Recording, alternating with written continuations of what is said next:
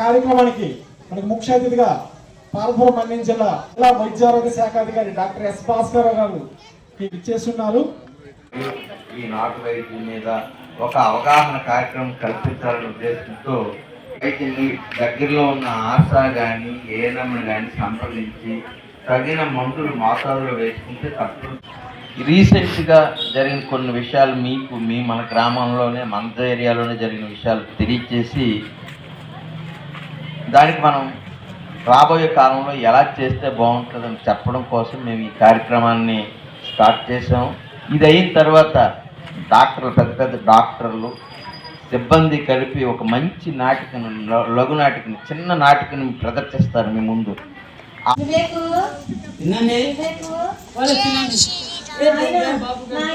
బాబు కడుపు నొప్పని పొద్దున్నండి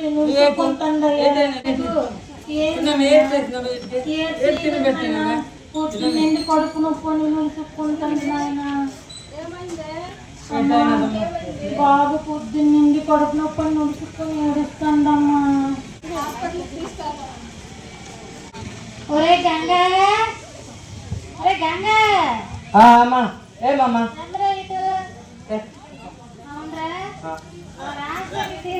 తీసుకెళ్ళిపోతావా ఏం నువ్వు? కురవై దగ్గర తీసుకెళ్తే పసరమని చేస్తాడరా, పరిగెత్తుకొని మా ఇంటికి వచ్చేస్తాడరా. తీసుకెళ్ళరా. సరే నాయన.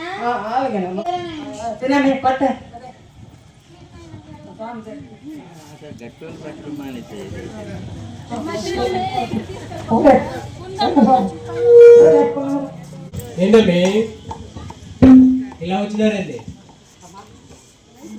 పెద్దల నుంచా? అడుగునొక్క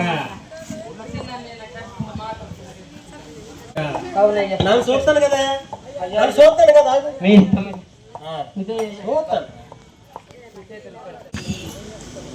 ఇంకేటుంది? గంటు నొప్పి ఎలా గుర్తెందుకురా? బాగు చేసింది నేను కదా. ఈ చుట్టుపక్కల విలేజ్లోని గ్రామాలు మొత్తం ఏరియా మొత్తం మీద నన్ను మించిన డాక్టర్ ఎవడైనా ఉన్నాడు? చేస్తాను కదా. చెప్పబెట్టరా గంగరాజు. గురువు గారు అంటే ఏంటనుకుంటావు నువ్వు? నాకు చిన్నప్పుడు నాకు మరి ఎంతమందిని బాగు చేయలేదు చెప్పు. మొన్నటికి మొన్న మీ ప్రెసిడెంట్ గారి భార్యకి ఎవరు బాగు చేశారు?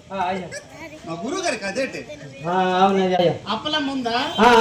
ఆ కూతురికి ఎవరు బాగు చేశారు? అవునయ్యా మీరే కదయ్యా. అవునయ్యా బసర మందులు చూసుకో ఇప్పుడే. అలాగేనయ్యా చూడండి అయ్యా. వివేకు తగ్గిపోతున్నాయినా. అలా అద్ది అద్ది దెబ్బ అద్ది. గంగా టైంకి తెచ్చిన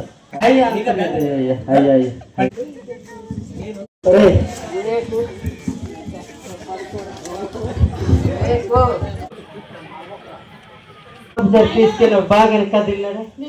ఇప్పుడు అసలు కదులున్నాడు బాబు. చిన్నమ్మాయి ఏం పడుకున్నాడు? ఏనం గారు చూస్తానండి. వివేకమ్మా. బాబు వివేక్ ఉండమ్మా, డాక్టర్ని పిలుస్తాను. సరేమ్మా. వివేక్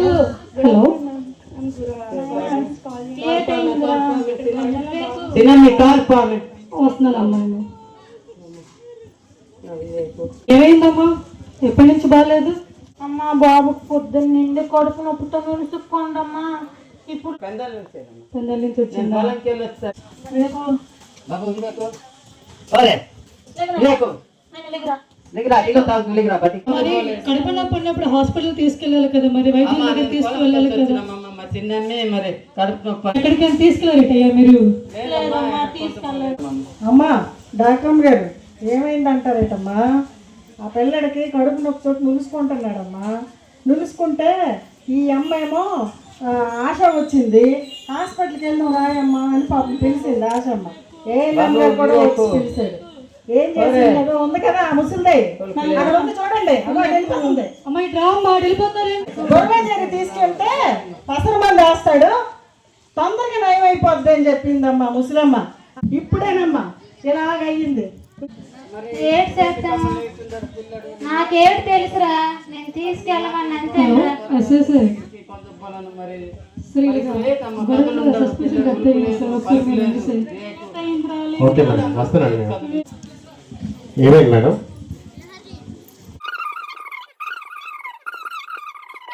ఇచ్చారు వైద్యం ఎవరు చేశారు? మాకు ఏ వైద్యం ఏ బాధ వచ్చినా మేము ఆ గురవయ్య దగ్గరికే కదా వెళ్తాము. ఎవరు ఆ గురవయ్య? గురవయ్య అంటే ఇక్కడ మాకు పెద్ద డాక్టర్ అయ్యా మా గ్రామానికి. పదండి మందే వేస్తాడు, మాకేమో తగ్గిపోద్దని మేము అలా వాడుతూ ఉంటాం అయ్యా. పదండి. చేస్తున్నారు ఏం గురవయ్య, ఏంటి ఎలా ఉన్నావు?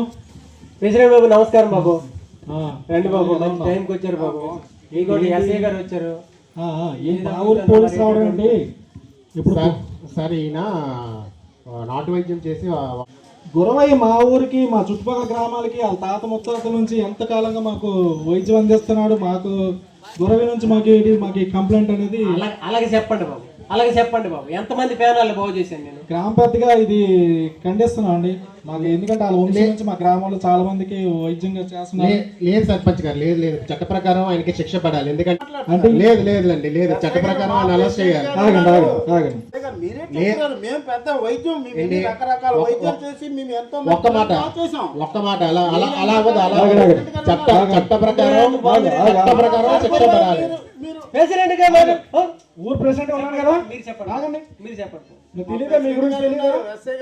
మీరు చాలా కాలం నుంచి తెలుసు కదా. మీరు గ్రామ పెద్దగా ఉన్నాను, ముందు సంప్రదించాలి కదా.